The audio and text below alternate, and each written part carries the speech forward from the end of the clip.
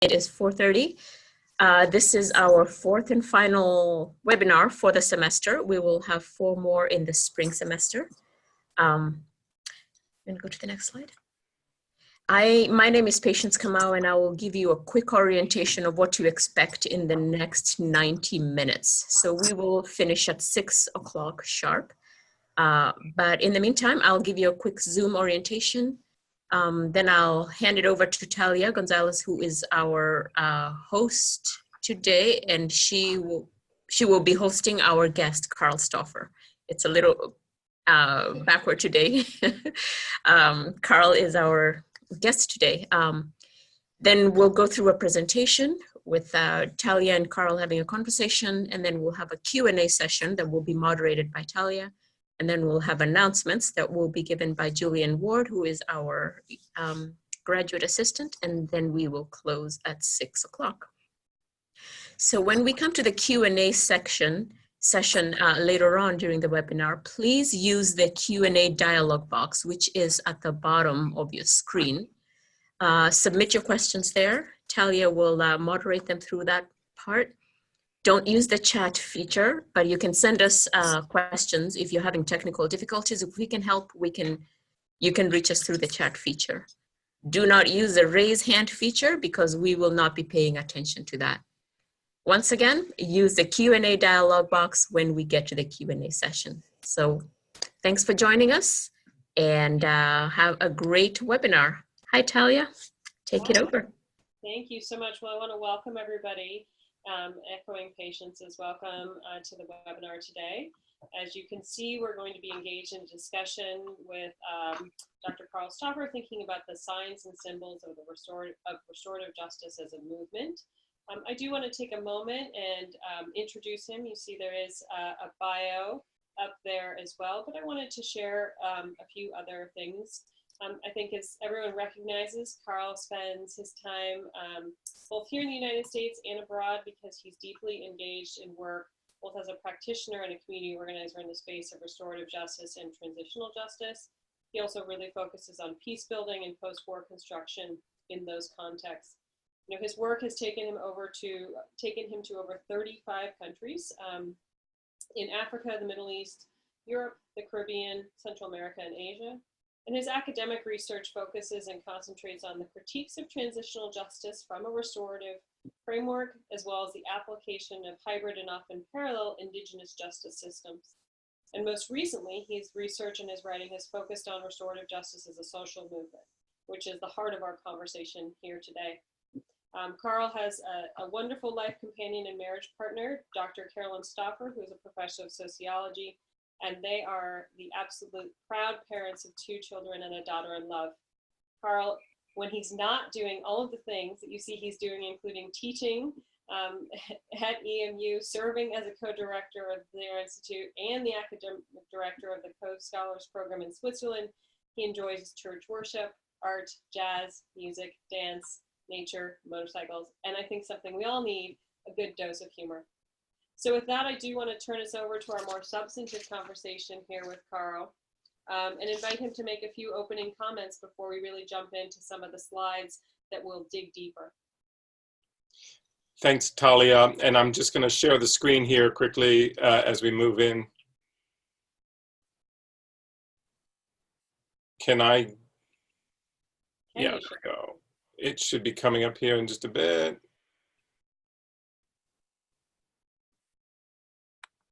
All right. Thanks again. It's wonderful to be on the webinar as a guest, so to speak, but this is really going to be a conversation between Thalia and I'm hoping, and all of you.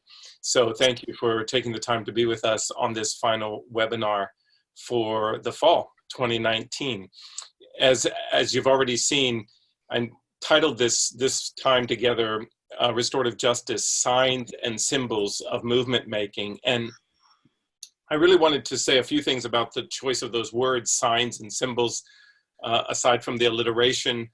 Signs to me is important because it represents that what I believe we are at a cusp globally, a wave of critical mass change, and restorative justice is part of that shift in how we as humans live together and how we think about punishment and accountability, how we think about treating the other, how we think about going together in just relationship and also healing relationship. And so I think there's signs that we are on this evolution, this critical evolution. And second of all, symbols in that process, because this is an ever moving, an ever morphing process, we are beginning through these symbols to recognize the markers, if you will, another word for symbols, of how to measure and assess and potentially evaluate, if that's a word that makes sense to you, this social movement, this RJ movement. And I'm hoping we can have some conversation around that as we go into our time together. So, and absolutely, I mean, I think you've given us some rich insights to start with, and we'll kind of jump into some of those key areas and put a pin in some of them. But I actually really want to welcome, because so often in a PowerPoint, we'll start to see a lot of text, and you've chosen to give us a photo. And I'm curious to maybe open this conversation to think about why should we be considering restorative justice as taking flight. And I know you sort of gave us a slight teaser in those opening comments, but I'd love if you could dig in a little bit deeper. Sure. So part of the sabbatical my wife and I were awarded earlier this year allowed us to travel to New Zealand and Northern Ireland. And all of the photos, by the way, that are in here are thanks to my wife, who has the eye and takes the time to capture these photos. This is from New Zealand, and some may be familiar with the gannet colony that roosts or nests on the cliffs in New Zealand. This is particularly in Maori, New Zealand. And this is a large seabird, the gannet. It mates for life. And in this particular set of cliffs, there's about 1,200 pairs that nest every year from August to March. And the adult bird is actually white. You'll see that in another photo, but this is a photo of a chick, which is the speckled bird, possibly taking their first flight. And I don't know if it was the first, but I'd like to imagine they're not real familiar. It was rather unsteady. This is a chick starting to learn how to fly. And this is why they roost on the cliffs anyway.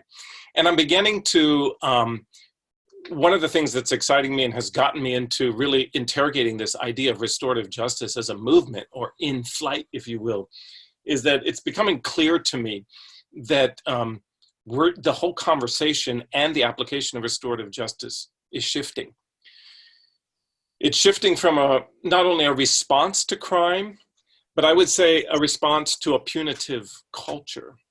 It's shifting from, that diversion to criminal justice system and this sort of attachment as an add-on to the criminal justice system to an alternative to many sectors in how we live together of society. It's moving, and many of you have possibly heard me say this or read this, it's moving from a social service, one of many, to a social movement.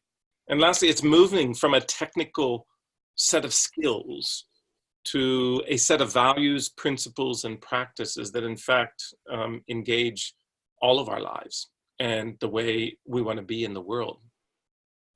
So I want to pick up on that last comment, because I think you raised two things for us that really represent, I think, some early views about restorative justice. One is that it was sitting as a social service, most often associated with the criminal legal system, whether it's domestic or international. And then it was also focusing on a way of life as that interpersonal transformation.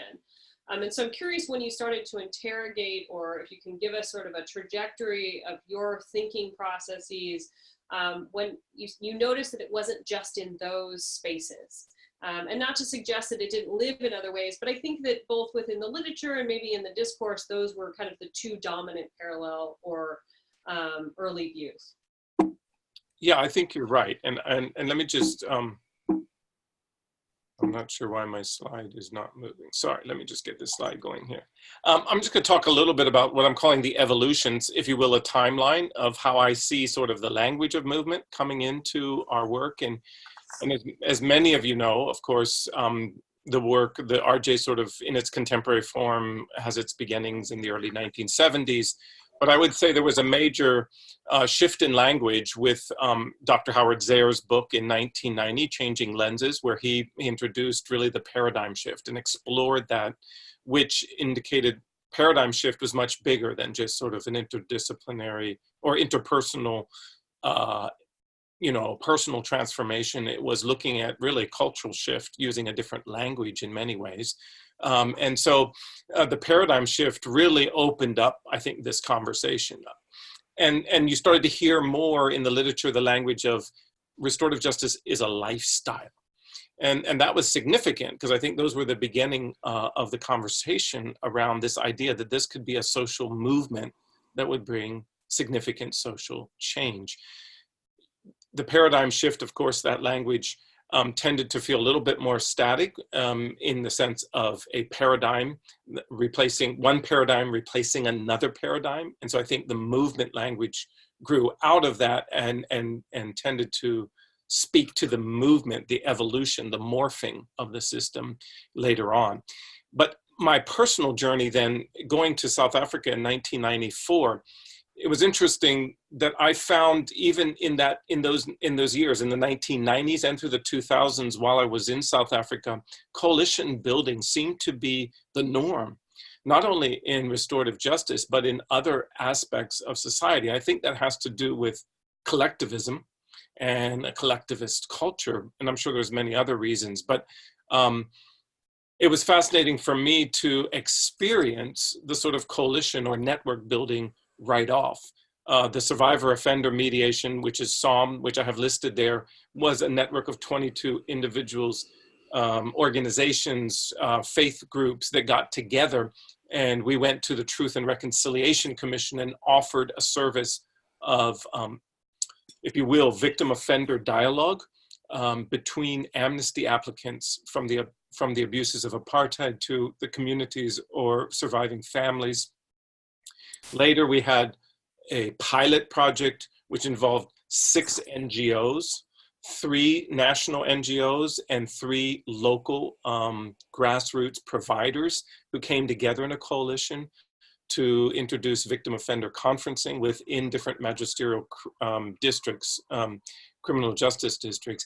And then by the time I left in 2009, there was an association that I helped to co-found with many others called the Restorative Justice Initiative at that time, and had about 35 members. And so I'm just giving an idea that this thing started to naturally emerge in a place like South Africa that was coming out of apartheid and an authoritative, very violent, oppressive regime. This coalition building seemed to be the best way, the best container for us to begin to figure out how do we make application of restorative justice. And then by 2000, if you want to see some shifts, 2001, actually, Tift and Sullivan really were the first to put language around framing restorative justice as social justice. And I think their book on that was particularly pivotal in helping us start a dialogue with social justice movements. And that's where you started to hear the language of movement appearing in other publications and other authors like Mark Umbright's work and so on. And then jumping ahead, I mean, there is some parts, obviously, I'm sorely missing. Let me comment on 2. By the time I came back to teach at CJP in 2010, there was the work of Wolford in Canada, who wrote a book on the politics of restorative justice, and he began to use movement language too, and his book is, I think, critical for helping us to understand that. I remember coming back here, though, and people hearing that I had been engaged with the Truth and Reconciliation Commission in South Africa and saying, we need that here in the United States. And that usually ended with a laugh and saying, yeah, right, we'll see that. And so it was quite powerful to see the transformation that began to occur a few years after that. And I would say for us at the Zehr Institute, and from my experience, it began to really take flight, if you will, when we received funding from the Porticus Foundation for a 3-year project, which is on the screen here, the 2015 to 2017. And we started with a consultation of about 36 different leaders, RJ leaders in the United States and Canada, and a few from abroad. And we called that the next RJ, the next generation. And we began to wrestle with what does the future of this movement look like? How could we explain this movement? How could we sort of study this movement further?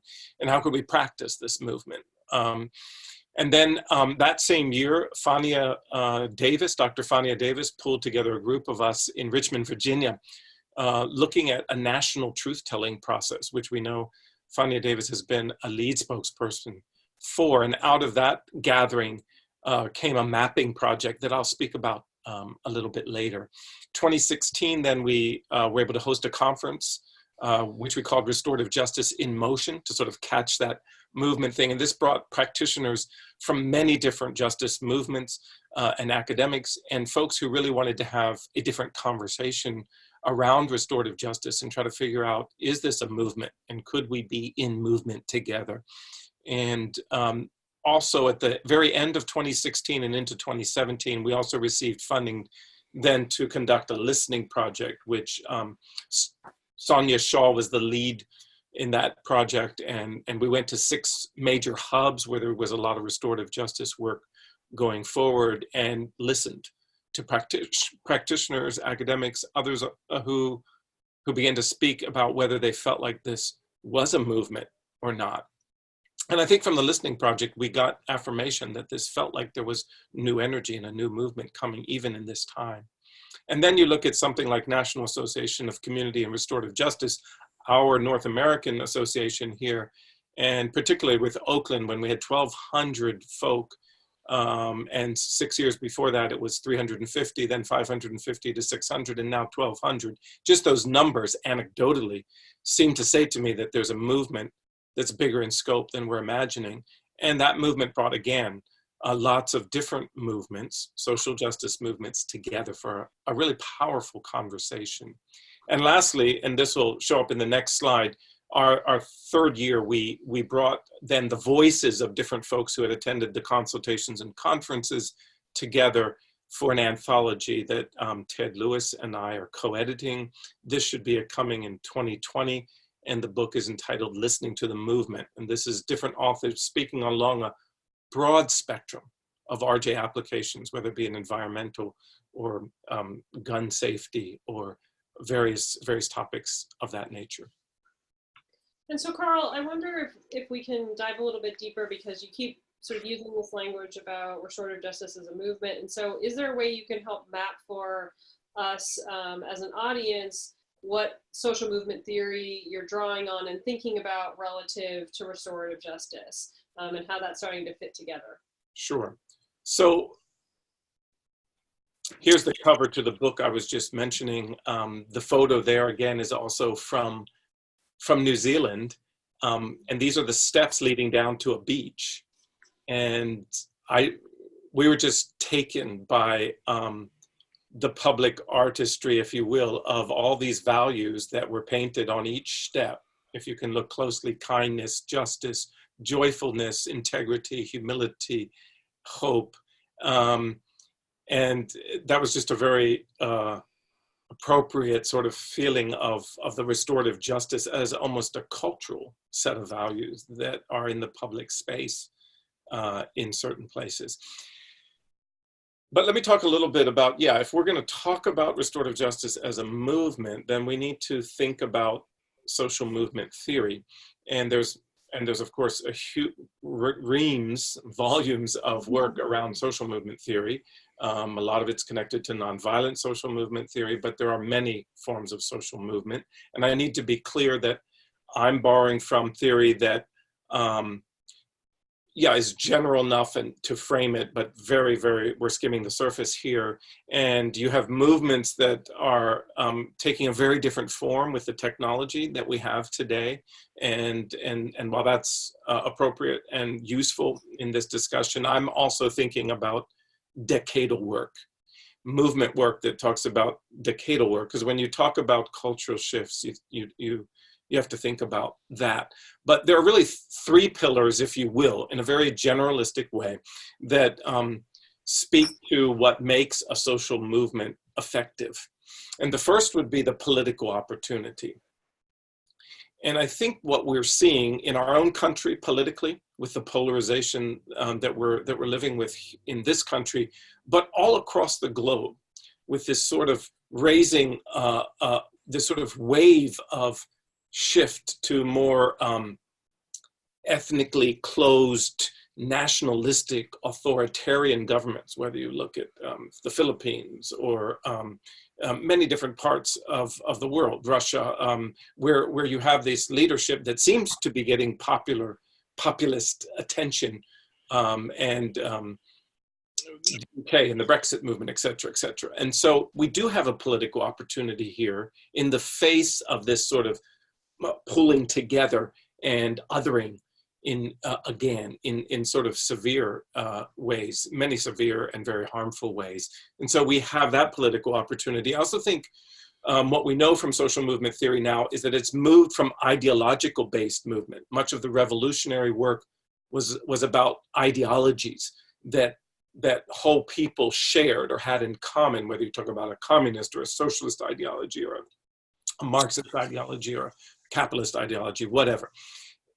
We know that social movement has shifted in this postmodern era to more identity-based as opposed to ideology-based. And so, or identity, or you could say issue, if you want to keep using the I's, the identity and issue-based. So it's bringing together diverse groups of people who may share a certain identity, but may not in other circles run together or share a certain concern about an issue that otherwise they wouldn't. And so that gives a different form to the movement. And I think what we're discovering in the RJ movement is that for the first time, restorative justice is being interrogated and critiqued in very significant and important ways by other movements, and is also engaging in dialogue with other movements, whether that be racial movements, racial justice movements, gender justice movements, environmental justice movements, transformative justice work, and the like.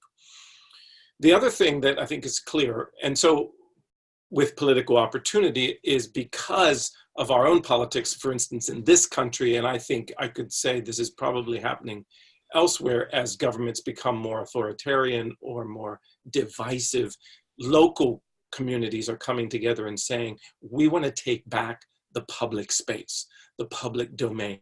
We want to take back our conflicts. We want to take back our decision-making. We want to take back ownership on how we want to live locally in our communities or regionally or at a state level or so on. And this is important because I think that's what's going to be carrying the restorative justice movement, that kind of local organizing. The second pillar is resource mobilization. And with this, we know this is not your regular philanthropy. This is not your regular sort of chasing after 1 to 3 year grants, even though that still dominates the funding world. This is broader. This is resource mobilization, both human and material resource mobilization. That could be money, that could also be in kind. And that's the most important is the human bodies that are involved in this mobilization. But I do want to say a little bit about some of the shifting sands in the funding field. It's been fascinating to start having conversations with funders who are taking an interest in restorative justice, who are listening for the first time to the field. And this came out of the Listening Project, and saying, okay, if you're going to think decadal as practitioners, we need to think about how to accompany you in that way. So instead of 1 to 3 year funding cycles, what about 5 to 10 year funding cycles? Or even in the case of Femble Talk, an indigenous process that was healing justice process that emerged after the war in Sierra Leone, they found a private funder who understood the vision to the point that said, we're committing to a 15-year process. This is what I think we're going to need to see if we're going to see a movement sustained. And finally, there's the framing message, which really is about, we know that movements need that framing message. And that framing message carries with it a DNA, an imprint of values. And I think what we're hearing, especially in this country, is also a sense of the next generation.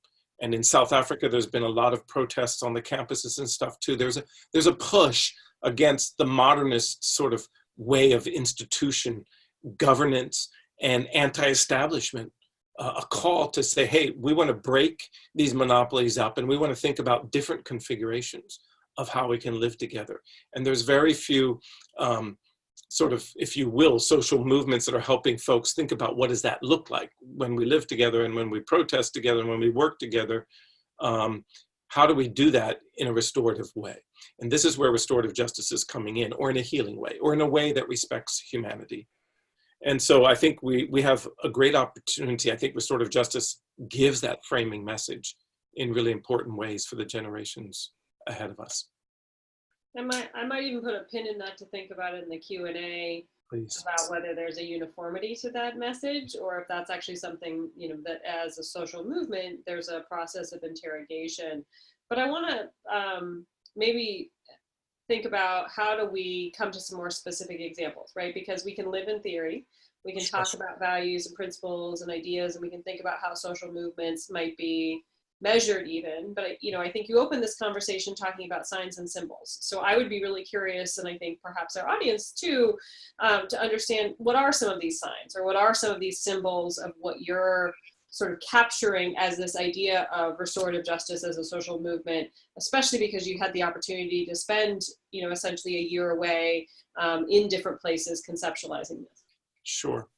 So, I mean, as I've been writing and thinking about this and working with this, it's been interesting to begin to see some of the things that seem to be characterizing restorative justice movements in many parts of the world, not only in our country.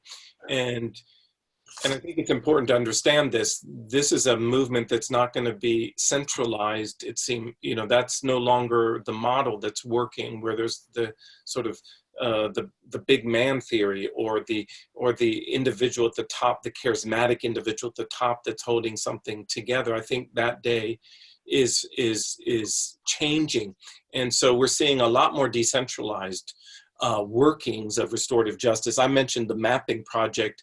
Here would be an example from the National Truth-Telling Gathering. It became clear to us that, you know, the Traditional Truth Commission, something like that happened in 1994 in South Africa, simply wouldn't work in a country of our size and magnitude. You're not going to find a Truth and Reconciliation Commission that's going to mean much coming out of Washington, D.C. with a set of commissioners, etc.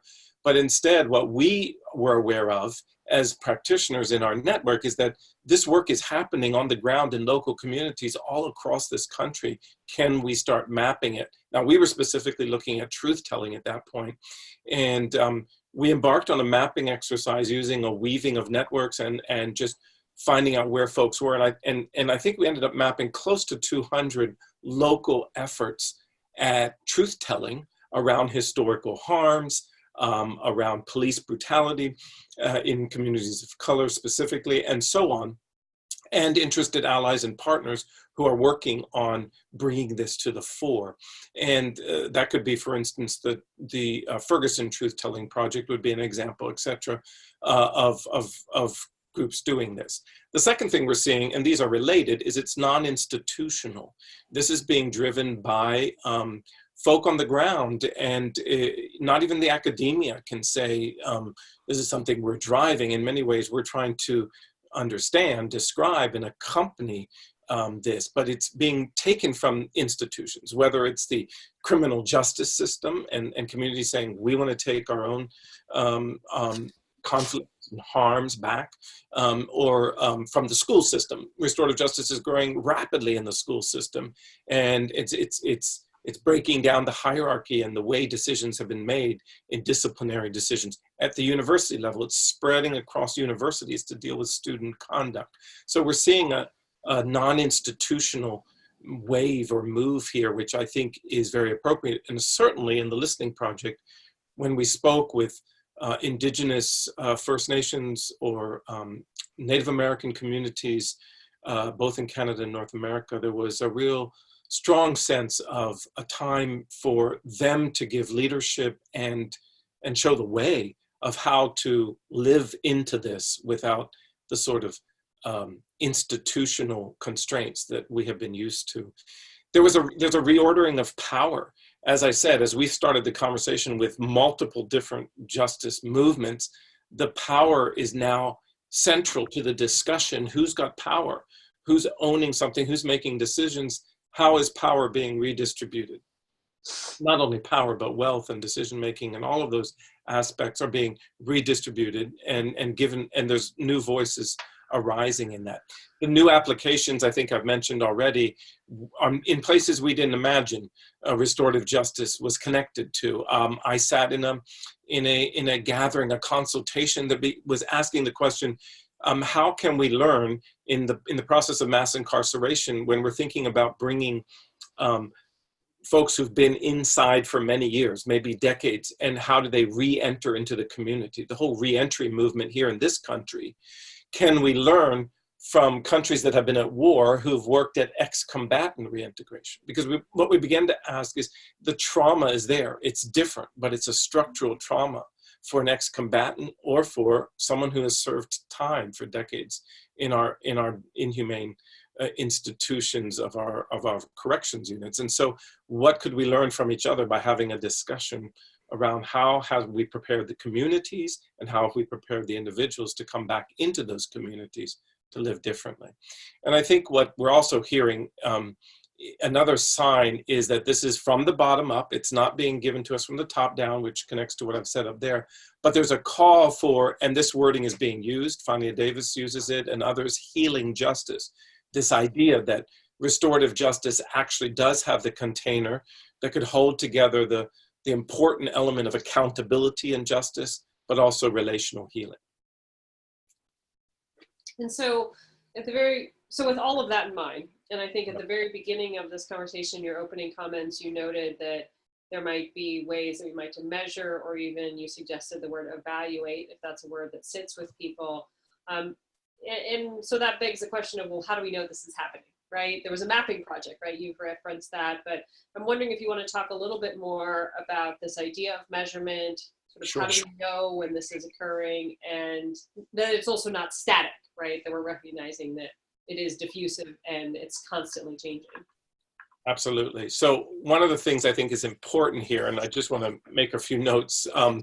The graphic there was fascinating from New Zealand, again, discovering that New Zealand was the first country in the world to give the right to vote to women in 1893, almost 30 years before in this country the suffrage movement was successful in securing those rights. And so there was a lovely mural representing the centenary, 1893 to 1993. Of course, in 1893, it had still excluded women of color, and so there was another suffrage movement that needed to happen for that process.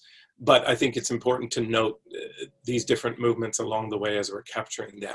When we think about measuring a movement, I tell students, you know, it's not a log frame. We're going to have to think more like a river, you know, with the banks of the river. And they can be eroded and they can be flooded. They can be, you know, they can change and shift with time.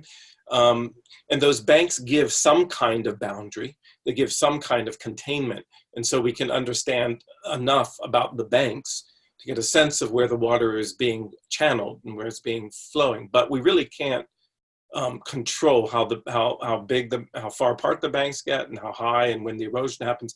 We just have to follow that way. And so following the river, if you will, of restorative justice movement is more like trying to keep track of how it's being caressed by the banks around it.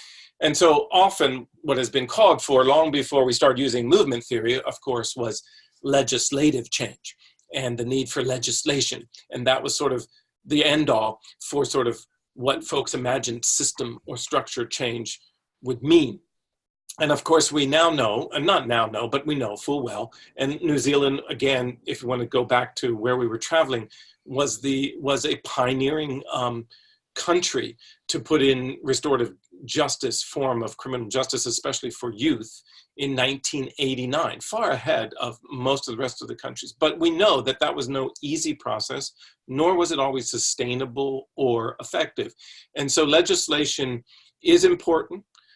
We have to be battling and thinking about what does that mean and how can we make legislation that is the most useful for this movement. But we have to be very aware that legislation can be easily co-opted. And that's a big concern. And we've certainly seen that. We know that there's been major reform movements in the corrections system, and even movements that carry the same energy and language as restorative justice, like probation and parole. And yet, when those were legislated, usually within about 10 years of the time that they became a popular refrain of reform, the system, the criminal justice system, eventually co-opted them, brought them in, and simply added them to the extension of their surveillance and control, and have led to what we see today in the sort of sense of our mass incarceration crisis. So legislation comes with a warning, but there are certainly some really creative efforts at legislation. And Thalia, you could probably talk to some of this more than I, because I know you've been working with this with some of your students in your courses. California, Colorado, there's a number of states that stand out that I think are doing significant work around restorative justice legislation, but I don't know enough to go dig as deep as I would like in that. The second thing is what I mentioned before, and that's a cultural attitude shift. And this, of course, like I said, takes decades. And so we need to think about longitudinal research to try to figure out how do we see that cultural attitude shift happening. I mean, I think we can begin to research and note how that shift is happening in our criminal justice system, in our educational system, in our correction system, in the fact that government and politicians are referring, maybe they don't use restorative justice, but they seem to be referring to restorative justice like vision or values as just and good governance. And many people don't know, even there's UN protocols that have been taken under the leadership of Dan Van Ness and many others all the way up through into the protocols of the UN. Unfortunately, it sits within the security sector reform. So it tends to stay again is contained in a sort of criminal space. And I think it would be great to break that out and begin to think about restorative justice at that sort of global level. I don't even know what that would look like, but I think it's an interesting discussion that we should start having. But one of the things we can do as in measuring a movement is to, and this is borrowing from emergent adaptive systems in our natural sciences, and these systems, as opposed to paradigm shifts that I talked about with Howard's work in 1990, emergent adaptive systems, as the word indicates, adapt to inputs that come in, big or small, and that adaptation is more like a morphing as opposed to a replacement. And so it's more like to think of when you see flocks of birds flying in the air and it keeps taking different movement and different shape. That's more what we need to think about when we think about emergent adaptive systems.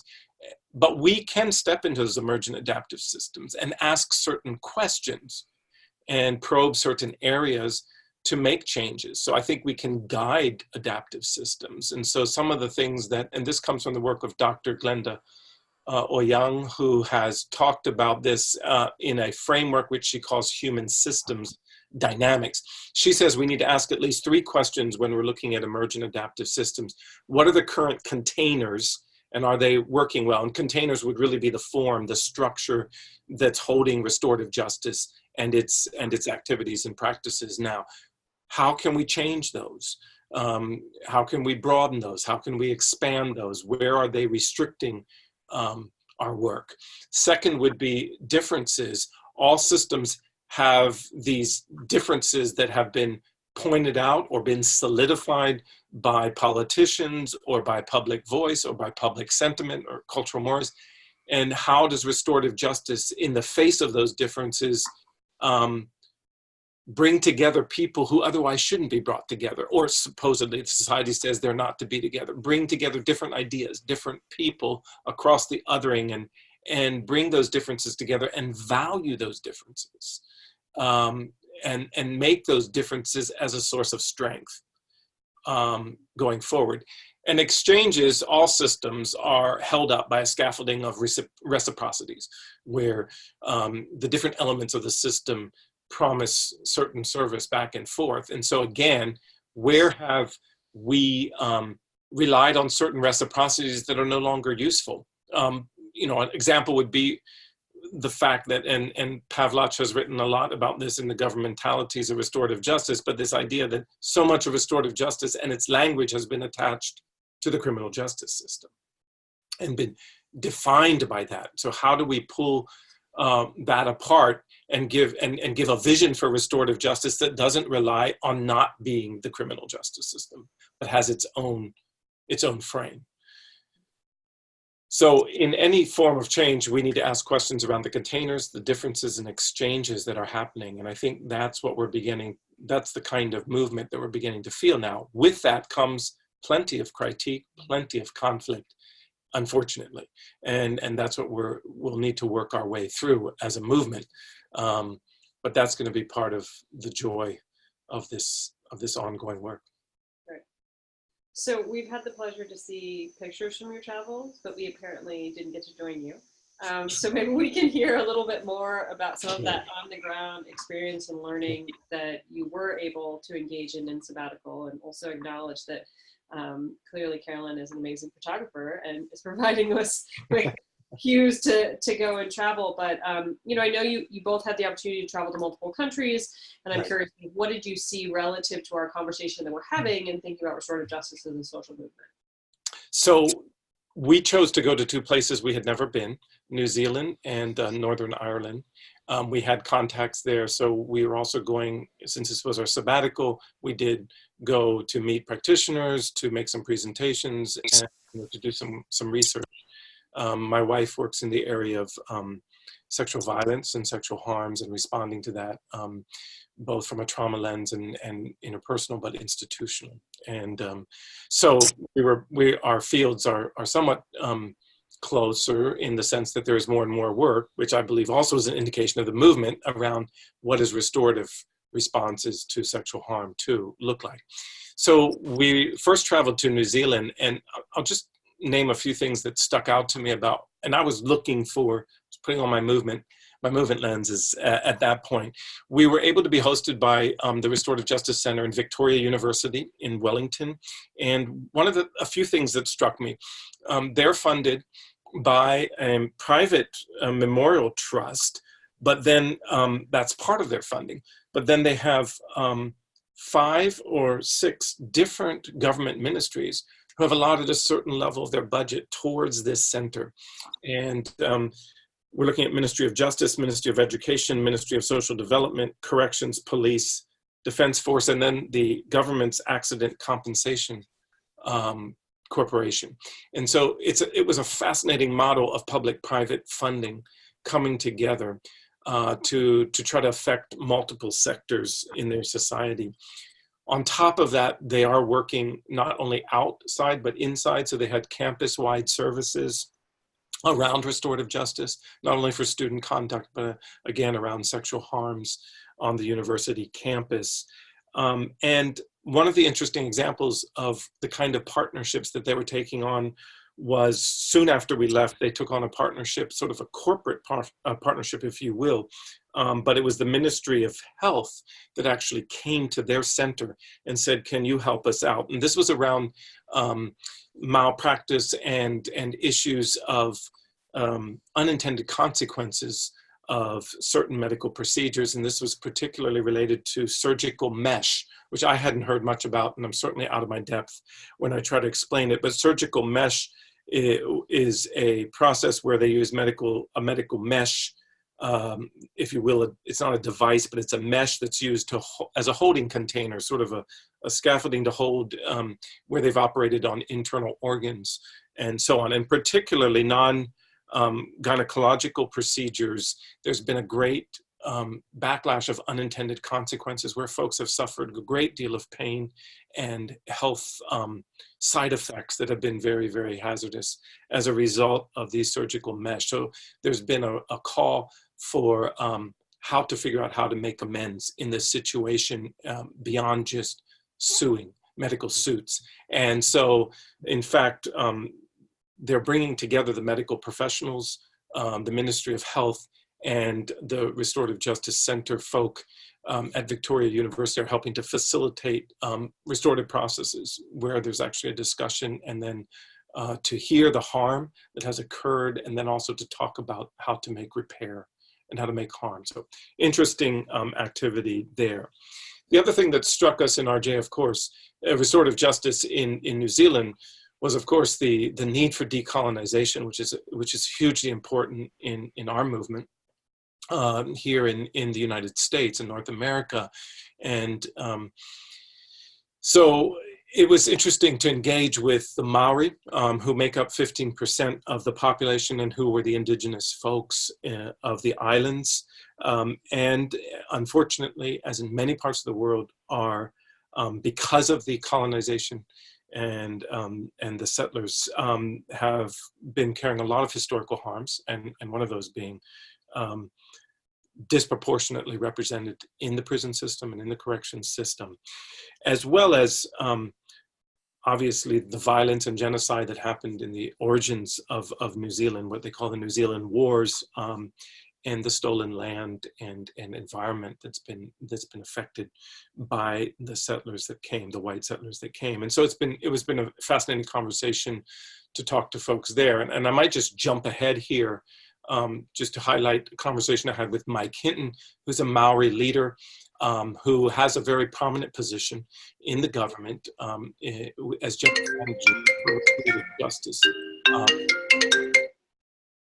And I caught some of his verbiage, which I think is really important.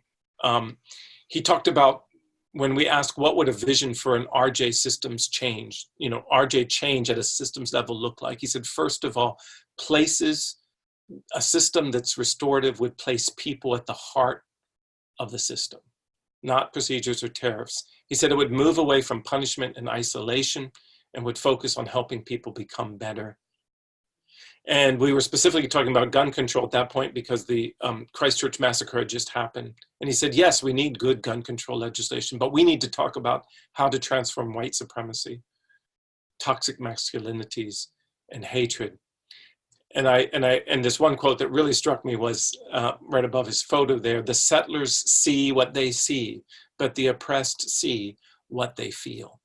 And I think this is a really beautiful description of what we have to begin to get past, the barriers we need to get past, where we begin to look at human dignity in its fullest form, in a whole embodied form.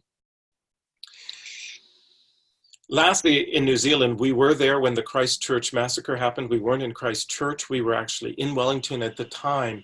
And I think what struck us there was the effect that restorative justice has had in that society. And I want to by no means, I realize I was short-term visitor there, and so I don't want to sound as if I'm sort of the starry-eyed glorified tourist, but I think we were fully aware that there was a very different reaction to this shooting, this mass shooting, than we felt in our own country and many other places around the world. First of all, we saw the government response, which was immediate. The woman Prime Minister Jacinda coming forward and immediately concentrating on the survivors, the victims, the survivors and their families and communities, and placing that as a priority centered to their response as a government. The media response seemed to follow.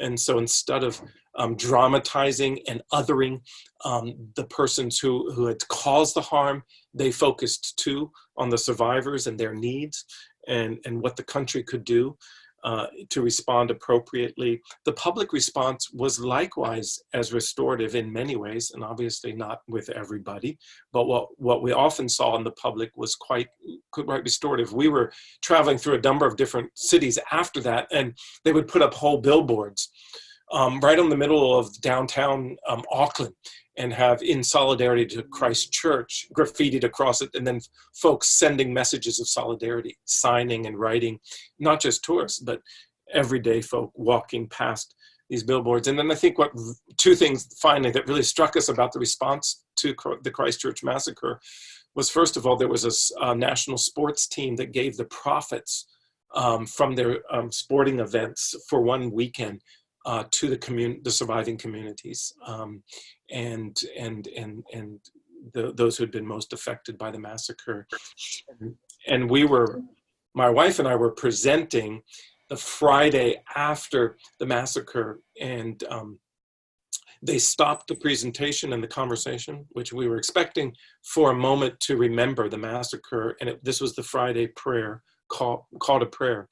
And we thought that would be a few moments of silence and time to sort of respectfully give recognition, and then business would go back to usual. We were pleasantly surprised to see how everything stopped. And for a half hour, all of the folks in the room we were in the academic setting there, listened to silently and followed the prayer and the full program that was being televised, live streamed.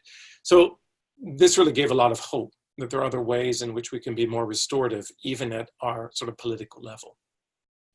And Carl, I want to be attentive to our time and recognize we probably have about 10 minutes before we could, I would hope to pivot to questions. Absolutely. And so I know that you also mentioned being in Northern Ireland. I don't know if there's particular reflections from Northern Ireland that you want to sort of flag for us, because I do want to have a little bit of a full circle in thinking about bringing us also back to a North American context, if you have some reflections on sort of in being away and now coming back. So I sort of put both of those possibilities out there as both a, maybe thinking a little bit about Northern Ireland, or if there's things you want to bring up in the Q&A, but kind of what in this remaining time before we jump into some discourse with others, the US context, the North American context.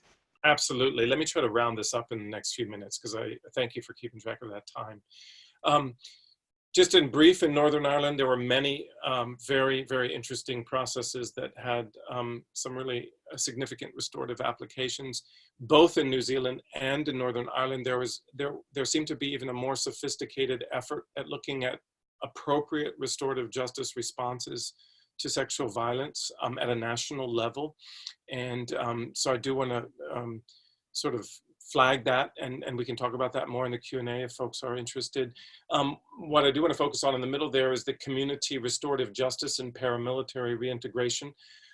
After the peace agreement in 1998, we saw some really significant work where paramilitary folk on both sides, the loyalists and the Republican side, were reintegrated back into community as healers, as mediators, as restorative justice facilitators. And what we saw there, I think, I was able to discuss and meet with some folks in a loyalist community who are doing this work, and I found it very fascinating as a small slither of this movement work that we're talking about.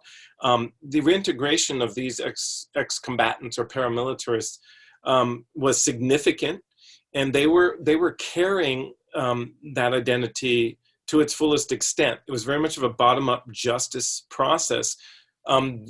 The government was so unhappy with this paramilitary reintegration because they didn't trust these former militia that they didn't give any funding to these processes from 1998 to 2007. It wasn't until 2007 that the government began to recognize the significance of this community work and give some funding to it. What we saw was a whole community approach. They would track youth who entered in and work with their families and in the schools and in the community. And some of these youth would stay engaged with these centers for 10 years. When I was interviewing one of the staff, they said, just today I had a young man come in who's 25, he's about ready to become a father. And he just wanted to ask about parenting skills.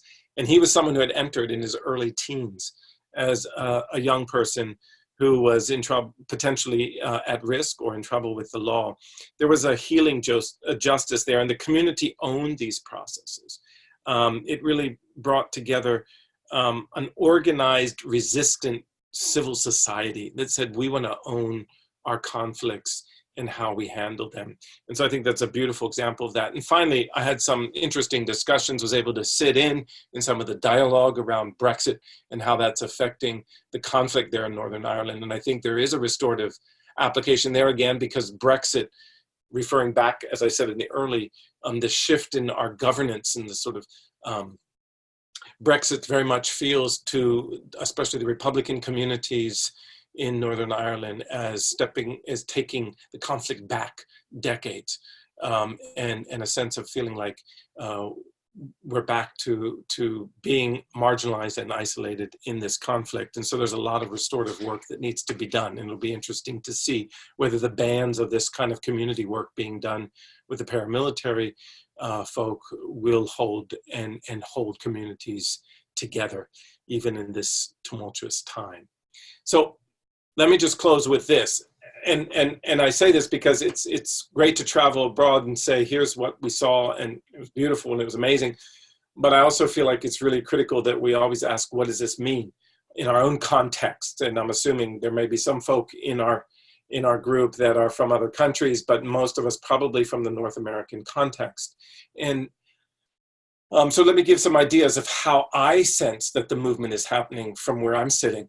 I talked about the mapping of the truth-telling on racial violence across this country. I'm seeing a rise in dealing with historical harms. I was asked just last year to sit on the University of Virginia's President's Commission on Universities in the Age of Segregation, which is looking at the role of the university in the historical harms because of the enslavement of people of color, and how that the legacies and aftermath of those we're still living with, and what would it mean to think about reparations and repair. We know about the lynching memorials and the lynching museum, and that opened up under the work of Equal Justice Initiative. Out of our own university here, Coming to the Table is a movement that has chapters all across the nation, bringing together folks who are descendants of families that enslaved Africans and those who were enslaved, and having a conversation and then making joint action and bringing some healing.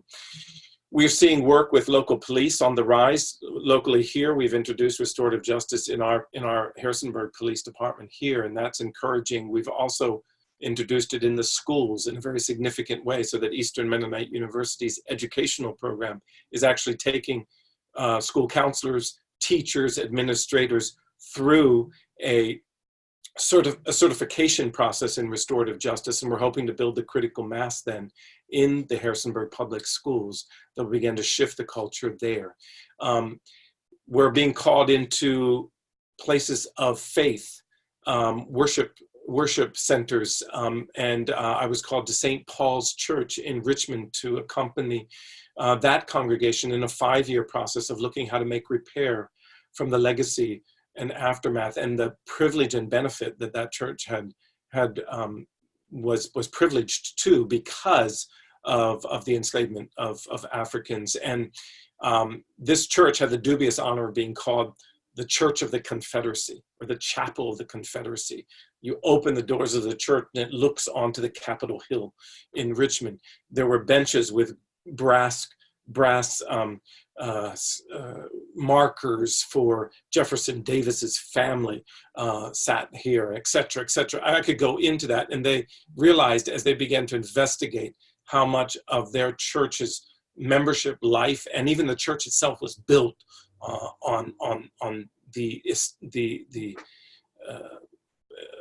enslavement of African people. And so now they're thinking about, what does it mean to change our identity?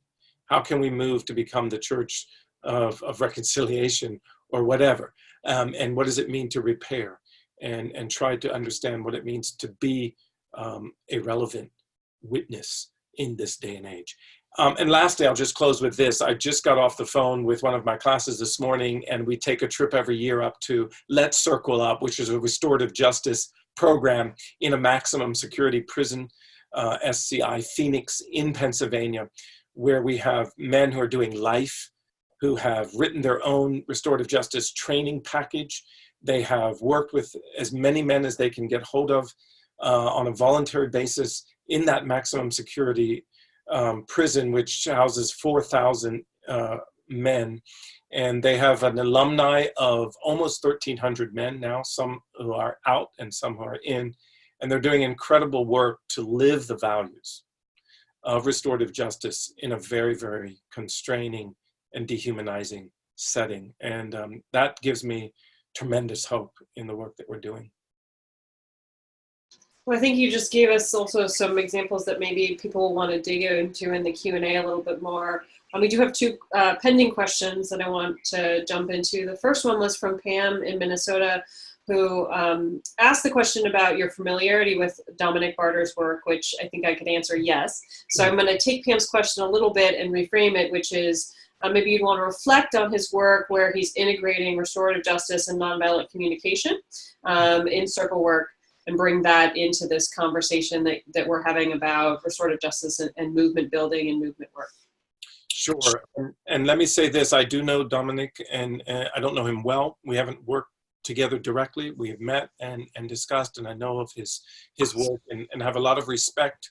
I think what he did when he went into the I don't know if they were called barrios, but into these communities where there was a lot of gang violence and a lot of paramilitary violence, and was a presence, and sat and used circle to begin to discuss life and violence and how life could be different, and try to repair relationships. That work is a great example of what I think the movement will be requiring of all of us if we want to see this movement gain the strength that it can. And so I appreciate his work.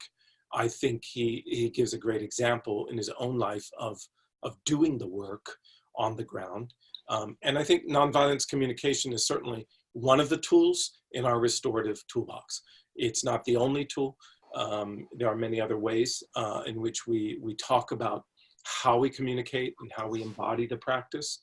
But I certainly think, and we would expose our students to nonviolent communication as a very important tool in whatever practice, in restorative justice practice, we're engaged in.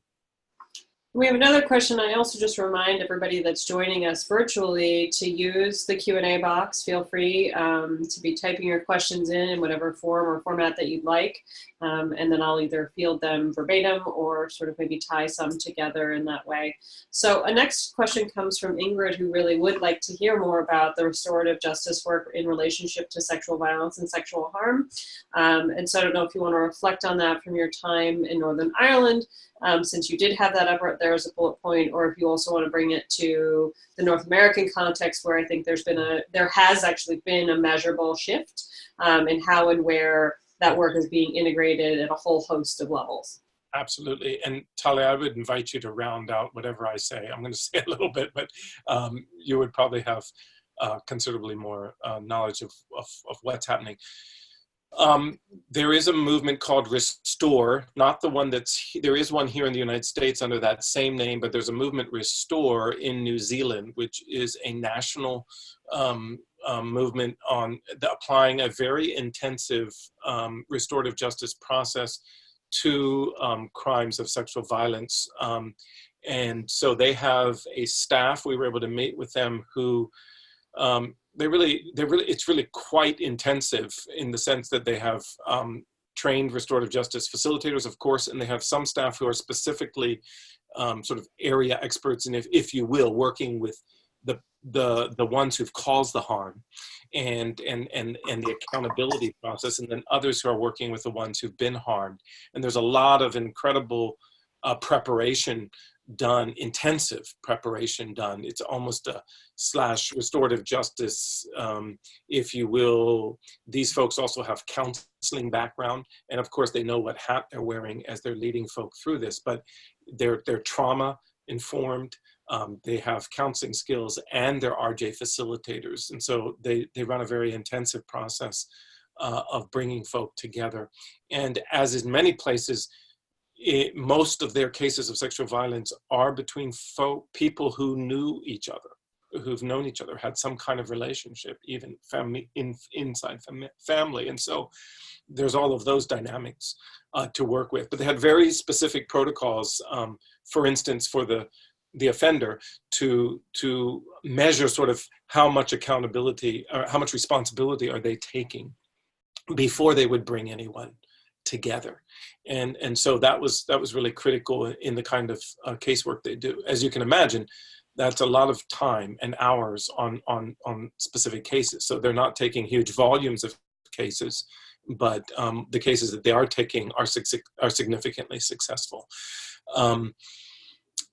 In Ireland, we were actually, and this was in Ireland, Dublin, we were hosted, and this was through my wife's contacts, by Dr. Marie Keenan, who's a world-renowned expert in sexual violence, but also in restorative justice sort of applications to sexual violence. And so if you look up Dr. Marie Keenan online, you'll see some of her work. She's written extensively and done some really important work with that. I think, and my wife has just is in the process of completing a manual that's going to come out through our STAR program, the Strategies for Trauma Awareness and Resilience. And this was a team effort where they are looking at sexual violence, but putting it into the context, the sociological context of why it happens, the justice and critical race and other important contextual critiques that we need to look at and understand. And as we do the analysis, it's looking at the neuroscience of it. She brought a neuroscientist into the team. There's someone who's looking at restorative applications at sort of an interpersonal level through a counseling lens from the Collins Center, which is a center in our hometown here that works with sexual violence. And then there's someone who's looking at it from an institutional response as a Title IX coordinator at a university level. And then the last chapter is written by Dr. Ram Bhagat, who's working at systems change in a model that he's termed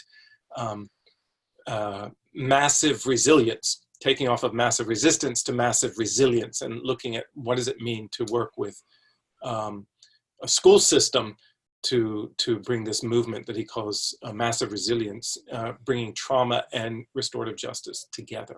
And so look for that manual, which should be coming out in the new year.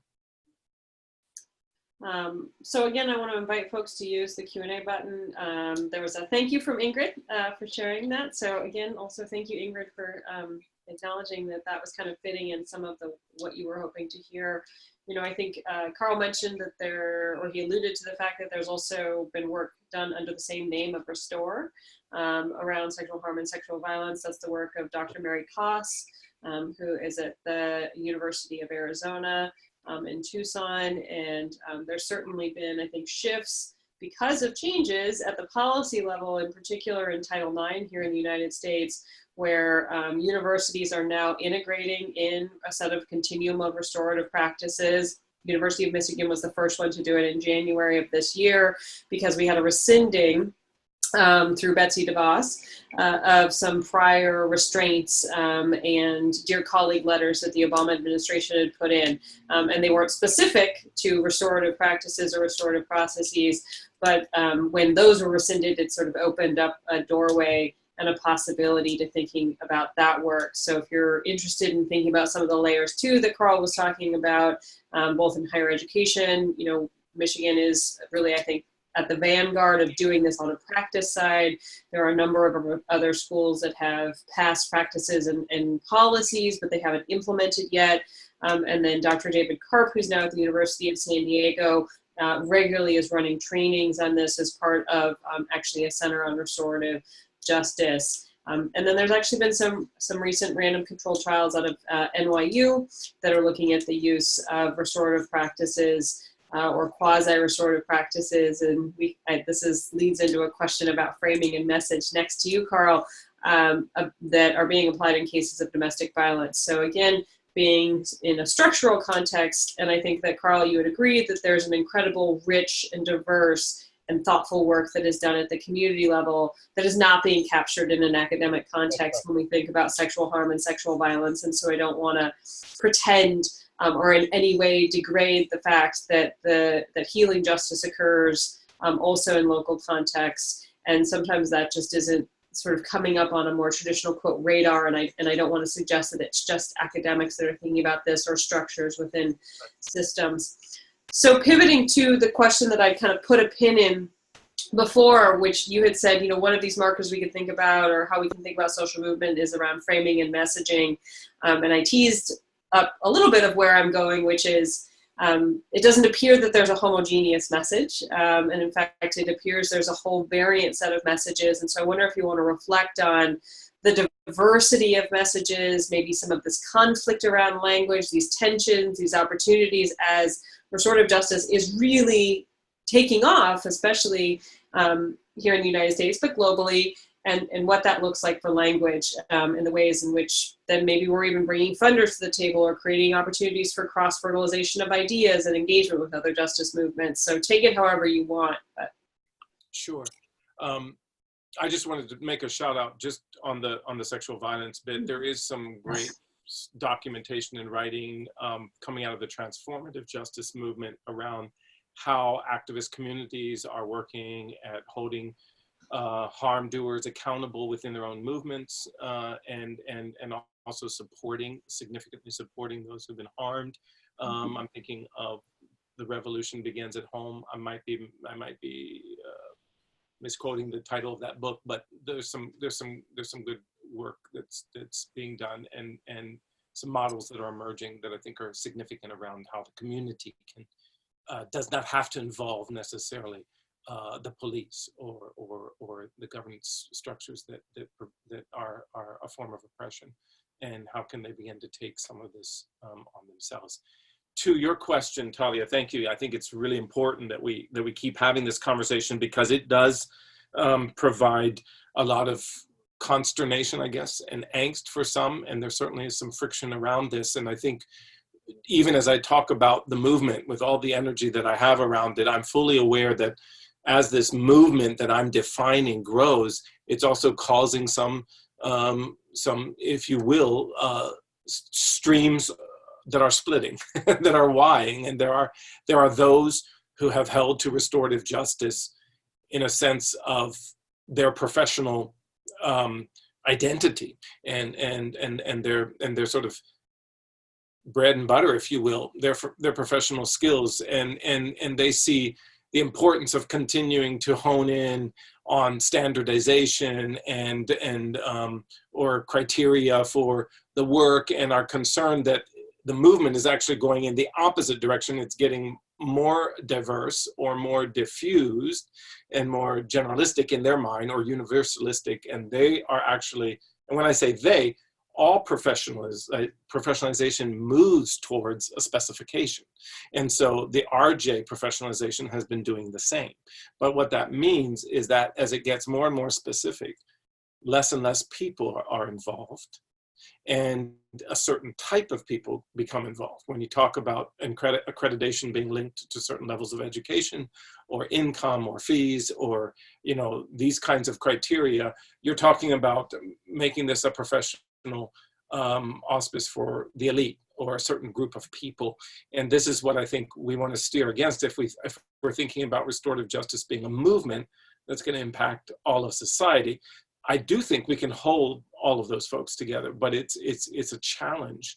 And so by no means do I expect there will be a unified framing message. I think there will be many framing messages. I think what we really need to focus on as we go is the relational values and the ways in which we do our work that seem to be familiar, and when we can link those so that we have this shared set of principles and values, I think those are our guiding lights.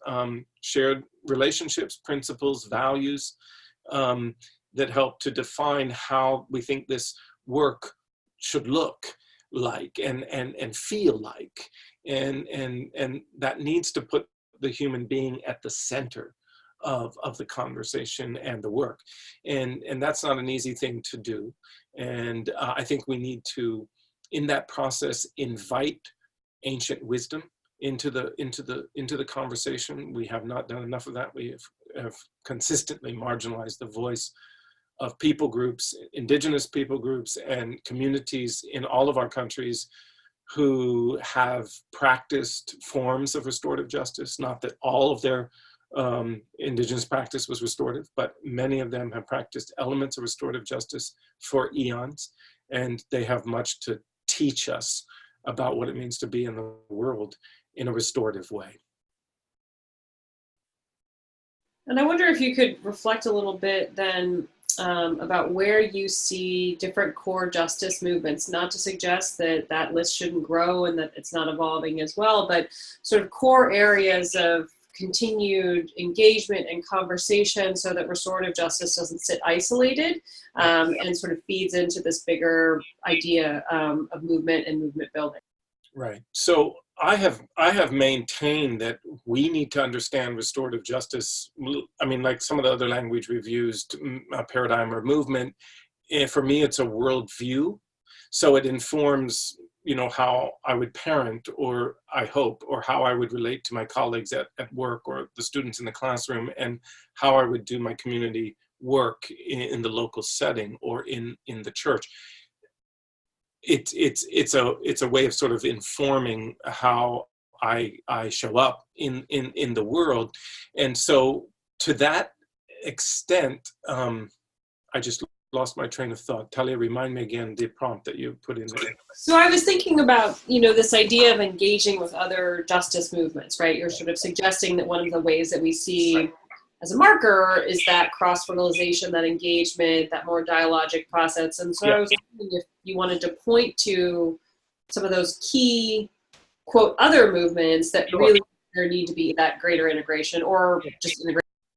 So I was starting by saying what I was saying because it needs to be integrated in all of our being, I think, as a starting point in that. And so therefore, to isolate it, to set it aside as an academic research topic or a professional specialization or whatever, that siloing, that sort of compartmentalizing is what I'm saying the movement is going to press against. And when I say the movement, I'm saying we really won't have the societal transformation unless, and this takes us back to what we know about historical social movements that have made significant change, unless we bring in all the voices of the affected parties and stakeholders.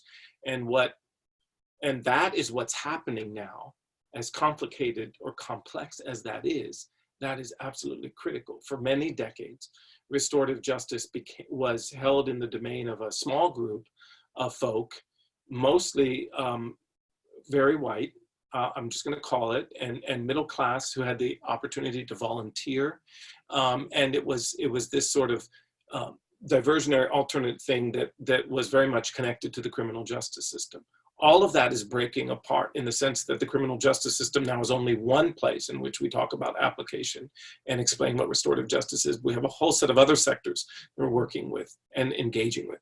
And then second of all, we're bringing into, not we are bringing into, they are coming in.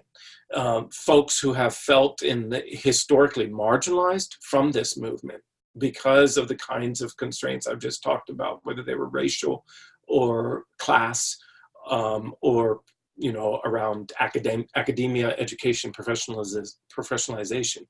And so we're bringing in communities that have felt, indigenous communities, communities of color, immigrant communities, communities that are not the practitioner community. We're bringing them into the conversation, or they're coming into the conversations, much better language, sorry about that, in really important ways. And therefore, I do think we need to, I know some people would be fearful of looking at restorative justice as an umbrella, but in many ways, I think restorative justice has the potential to hold together a number of these conversations when it comes to racial justice, critical race issues, and racial justice when it comes to gender justice, because all of these have to do with human dignity and respect and how we care for each other. When it comes to indigenous justice ways, and unless we shift power, unless we shift the discussion, unless we shift all those things around ownership and decision-making and stuff that I was talking about, this movement will not last. And so that is where I see the really creative edges of the movement. And it's also, those are jagged edges, they're complex edges too. But I do believe restorative justice, for all of its weaknesses, provides us with a coherent, cohesive, nonviolent justice framework or system that is something that I feel we can pass to the next generation. without feeling like we have continued the cycle of state-sanctioned violence. And so I'm also paying attention to our time. And so I want to say one thing that you had sort of put a pin in about legislation, and just let folks know that as patients was indicating, there are a whole set of new webinars in the spring. One of those will be on the state of the state, sort of current trends and what legislation looks like across the United States. So it is just a domestic context. So to sort of flag that for those that have that interest to think about, and it actually is going to be led by myself and 4 of my students. So it's really, again, sort of to your point, Carl, how are we engaging across these different ways, letting go of traditional ways of power and holding power, and who has that knowledge and disseminating that. But in our final moments, I would love to invite you to talk to us about what's next for you, what's on the horizon. You finished a sabbatical, you had all of these ideas coming out of it. Certainly, you know, you've indicated that you have, you know, the book coming out from the Listening Project in early 2020, but, you know, what are you thinking about now? Sort of what is hot, you know, and fresh in your mind, and where should we be thinking about where you go next? My energy is tending to move in the direction of the reparative work that's being discussed now. So I have a lot of interest in tracking how we're beginning to talk about historical harms, how we're memorializing them. Like I said, my work with the universities, but we're also seeing this in other ways, where there's a new level of awareness around how we talk about history and the legacies and the aftermaths, and how we bring back, as the one Haitian historian said, recover the silences from history. History's been full of mentions and silences, the mentions being whatever the authors think are important, and the voices of those they think they're important. And it's time for us to think about a project of changing that, rehistoricization, telling another story of our narrative and our history, so that we can begin to think about what does it mean to repair and reorganize, with understanding that we have not heard the whole story. Our history has always been one-sided. It's been a political game. It's been a patriotic history often. It's been a patriotic discourse that is not always connected to the reality. So that's one area that I'm particularly interested in the whole narrative, and memorialization and repair, and the reparative work, which then becomes much more tangible than just the symbolic memorialization. I'm also hoping to finally put some of my research down into a journal article this spring from Famble Talk, and the work that we've been looking at there, which I mentioned earlier at the beginning, which was an indigenous process that was resurrected after the 12-year civil war in Sierra Leone in 2008. And that process, Famble Talk, which means family talk, has made significant strides in what I would consider healing justice in that West African country. And so I'm wanting to make the case that I think there's an incredible, rich language and worldview and practice that the rest of the world literally could learn from what's happening in Sierra Leone now as a transitional justice process, not in the formal legal sense, but in the bottom-up justice community sense. So those are two things I'm doing some thinking about. To, you know, being co-directors of things, right, and teaching your courses and going to co, and all the things that we know that you're doing in the world, and we hope that you're also doing things that are restorative in your own life to maybe carve out time as well, not just for yourself but for your partner. So I want to turn it over to Julian, because I know those few final moments need to be for some of the logistics and announcements and things. But before I do that, I just really want to thank Carl for his work and for sharing some of that work. I hope it really teased up some ideas and questions and provocative thoughts, and I'm sure he would welcome anyone reaching out to him after this webinar. This is certainly not a static conversation. It's an evolving conversation. You can't be in movement or moving with that being the case. So the floor is yours, Julie. Thanks so much. Thanks for an engaging webinar.